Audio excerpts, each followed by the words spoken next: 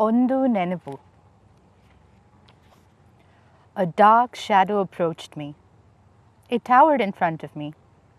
The brain is this hapless mess of electricity. Why it chooses to remember this memory and forgets the names of the uncle and auntie we were visiting in Tumkur escapes my understanding. You smiled, but as you turned, a dark shadow approached you. It towered in front of you. You knew this day would arrive, the day your paradise would be shredded into bits and your world tossed, much like lettuce in a Caesar salad. This new world of yours is much like a bolt of lightning, fleeting as a naughty wink, loud as the crashing waves, dangerous as the mind of Voldemort, yet peaceful as the calm before a roaring storm. I held her hands with a fierce tightness. They were rough, reflective of the life she had led. My tiny fingers playfully danced over her calloused ones. As the pallu of her Mysore silk sari fluttered over my face, a giant red bus careened in front of us, leaving a wake of dirt that entered the variety of crevices we possessed. Tiny speckles of dust clouded us, dancing to tantalizing tune of sunbeams playing hide and seek through the speeding clouds, some of which look like my favorite cartoons. Finally, the particles of earth slowly stopped stirring and swaying, giving way to a spectacular sight. You stood there, rooted and rotted by the mute stares of the throng that crowded the strip of sand washed incessantly by salty waters, its reluctance playfully wetting the hem of your orange sari. Only the wind spoke, howling at the audacity of the insensitivity you were subjected to. Only the sand stirred. You could see his stoic expression through the haziness of the burning pyre that divided you both. The mask was in place, and that is why your eyes traveled to his thumbs.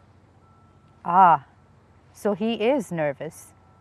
They twiddled away, back and forth, creating tiny circles on his index finger.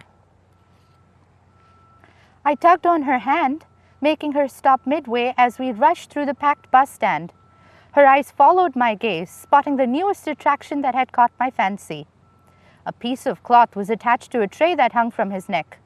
Tired from the weight of the hundreds of tiny bottles arranged in a color-coordinated manner, he wearily blew at the end of the stick, producing a round, thin, transparent film of liquid filled with air, thoroughly unenthused by this task. Upon occasion, he'd sputter, "Bablu, bablu, hatrupai."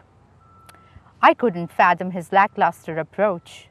I mean, they were bubbles, and he sold them. In my innocent eyes, there couldn't be a better job in the world. I looked up at her. She had the kindest smile on her face, and not because I was her grandchild, simply because that is how she was, and still is. After that momentary pause, we were back to walking. And this time, I guided her, my tiny feet jumping with every other step. Watching us speedily wend our way toward him, the bubble man upped his ante. "Bablu, bablu, hatrupai," now had a rhythmic beat and pep usually associated with fizzy drinks. He smiled at Ajji, revealing 3 missing teeth along the way. Ajji's soothing voice and his gruffy bark exchanged pleasantries, testing my patience.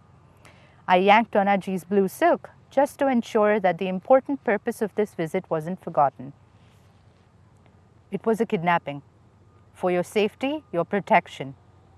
Yes, you are right. They'll remember me as a monster. Despotic and demonic, reeking of cruelty like phlegm spilling from pneumonic lungs. Yes, you are right.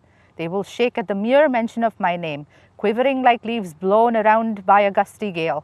My memory will imprint itself in their consciousness like fossilized flora, only to be misinterpreted as the fangs of a sea monster.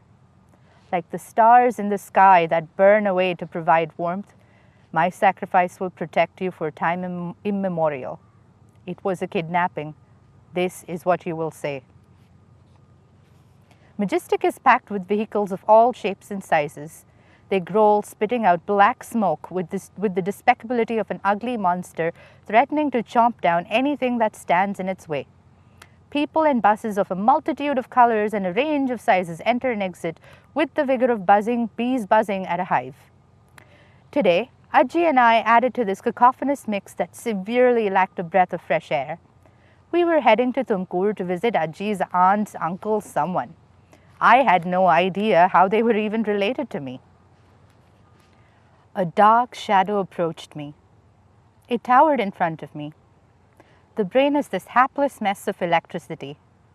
Why it chooses to remember this memory and forgets the names of the uncle and auntie we were visiting in Tumkur escapes my understanding.